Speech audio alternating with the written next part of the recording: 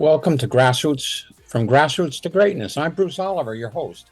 Today we have a very special guest who brings a wealth of experience from high school all the way to professional soccer academy with expertise in goalkeeper development, technical coaching, and strength and conditioning. Our guest has worked across multiple levels of the game. Please welcome Juan Pablo Rael Gomez, also known as Coach JP, which I'll call him during this program. JP, welcome to the program. Thank you, Bruce. I appreciate it. I will say thank you for having me here on your show. And yes, that's correct. My name is Coach Juan Pablo Rueda, and most likely my former coaches, my former teammates, they call me Coach JP or just basically JP for easy memorization to remember my name. I hear you. I want you to talk a little bit about your background and how you got to where you are today. Uh, I started my journey as a coach, a soccer coach, football, coaching my former high school where I went to high school in Manhattan in downtown. Mm-hmm. I started in 2013, summer of 2013, every season for 5 seasons in a row, coaching high school players, specifically goalkeeping as well. Man, my coaching started, I was like, well, I would like to do something besides my focusing on academics. I was doing medical assistant back then Mm. after high school. And I told myself I would like to be more involved into coaching because I also got to play. I was drafted to play with Division One and in Rochelle with under coach Marcus DiBernardo. That was between 2010 to 2012 for Mm. Monroe College. I didn't know I that was Division One. I just wanted to go play and practice soccer after my academic duties. After that, I didn't know that it was a Division One until a Mm-hmm. graduation. I was like, wow. So pretty much the level of that training on those games were pretty pretty high, pretty competitive. Mm-hmm. So after that, I didn't know that there were coaching licenses to get updated for yourself to become a coach. I really thought I was gonna do you have to go to a certain coaching education university to become a coach. But until recently, 2022, I find out that there are programs in order to catch up with your coaching education, such as the U.S. Soccer Federation, USSFF, or United Soccer Coaches to become a specific coach in terms of goalkeeper, or to become a specific soccer coach in certain aspects of the game, such as academy levels, high school soccer coach, and so on. So I've also coached from U8, which is the little kids, including 6 year olds, 7 year olds, Mm-hmm. all the way from beginning to intermediate. After that, I also got the privilege to work with a very um I would say name it company in New Jersey, which is called the New York Rebels. I got to work with them for about 5 months in 2022.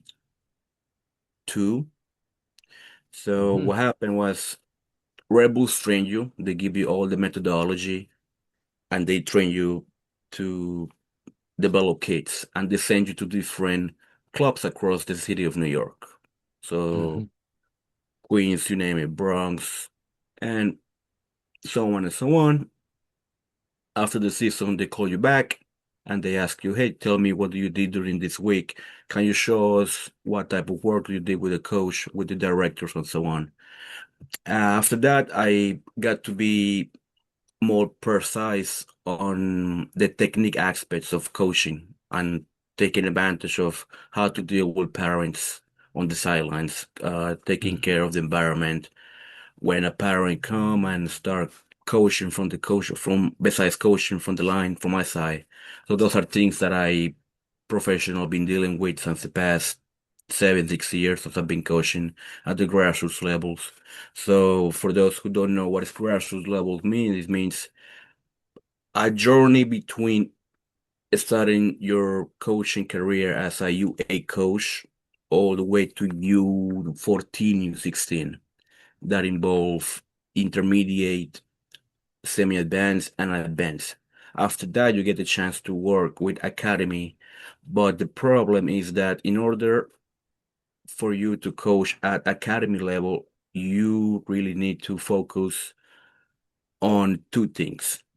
One is the periodization of the club, and not just the periodization of the club, but most likely the philosophy of the club. You must adapt. Mhm. You have to adapt from left to right within less than a week. And I will say, of course, leave you equal part and learn new environments at the academy level.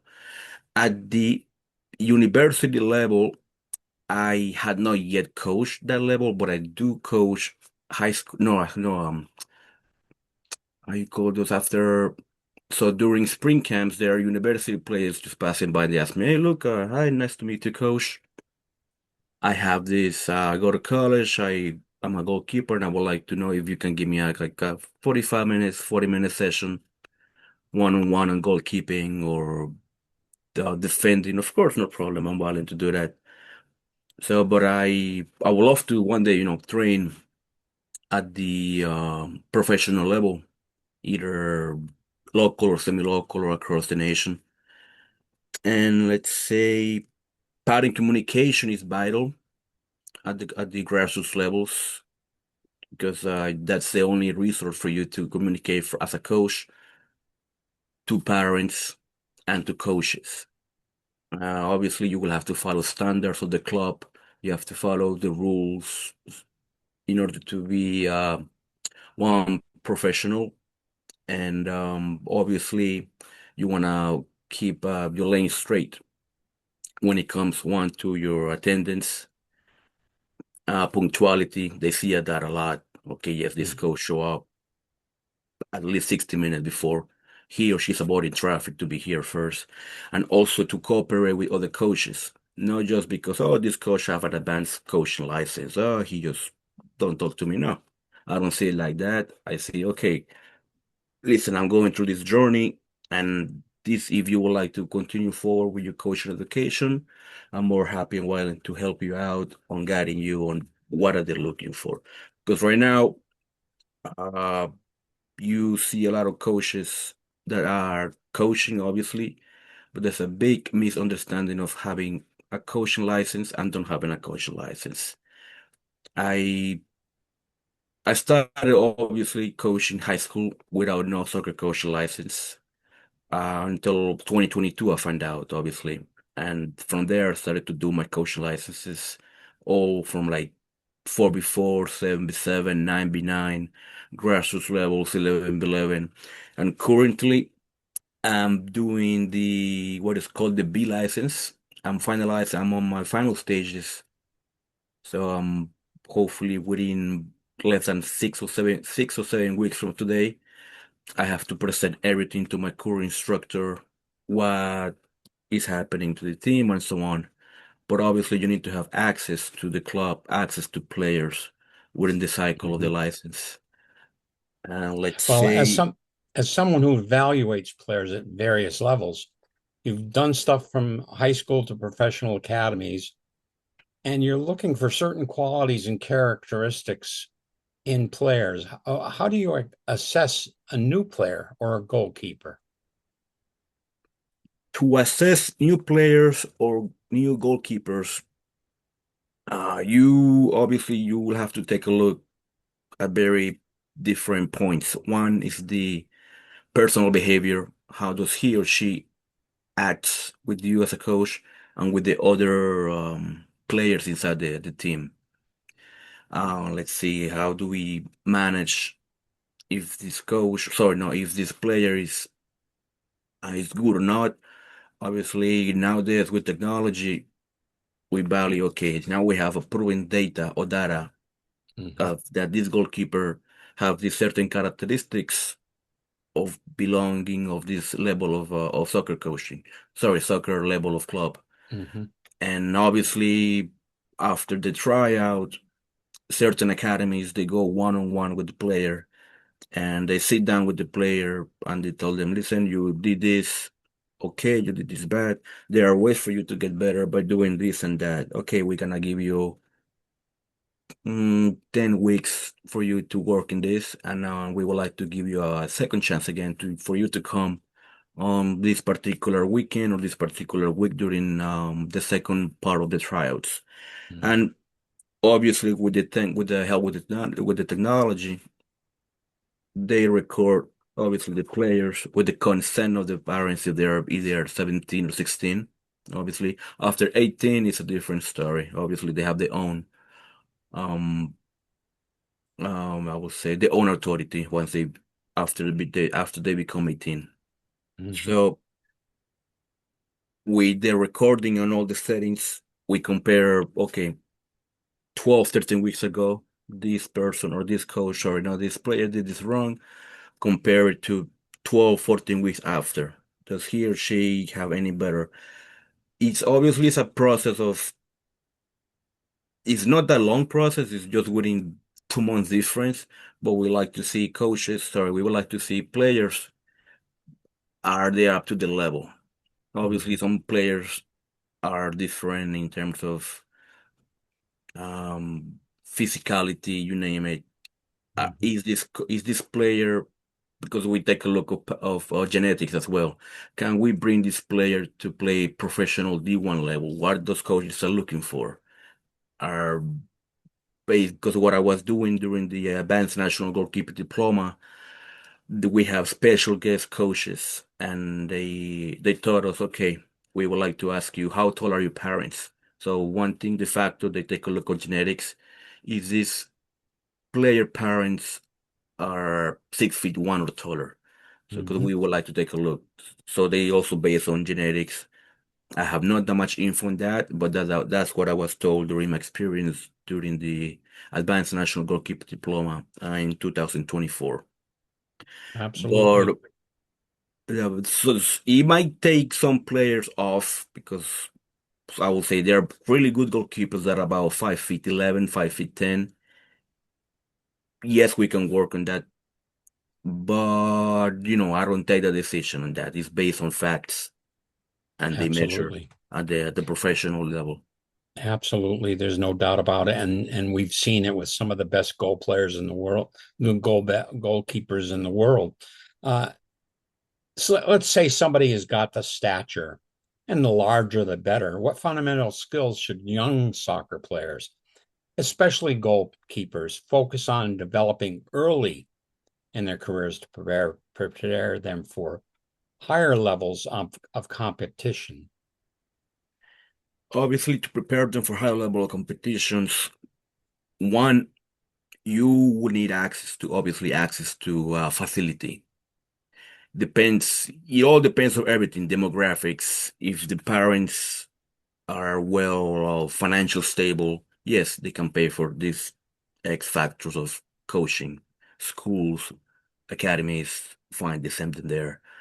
Obviously, that's a factor in a multicultural city. Depends on where you live, um, your cultural background, or Mhm. your financial status. Sometimes that could be a factor. But to train from early stages, of the developmental stage of the player, obviously there's not a race because you don't want the player to be overdeveloped at a certain early age. You would like Mhm. to do part by part according to the age because there are early stages of development. We have U10, U11 players that are super advanced from your levels. Okay. Mhm. But once they reach to the college level, okay, they reach that level of physical activity, physical readiness. Are they gonna find that interesting again when they get to the level of coaching? Sorry, when they get to the level of training with the clubs. But to coach goalkeepers, to train them at that advanced age, or early stages. It's a process Mhm. of from them telling us, okay, we would like to continue forward or not, and also getting the right staff. Are we getting the correct staff? Do the staff Mhm. know what they're doing? Are they well prepared?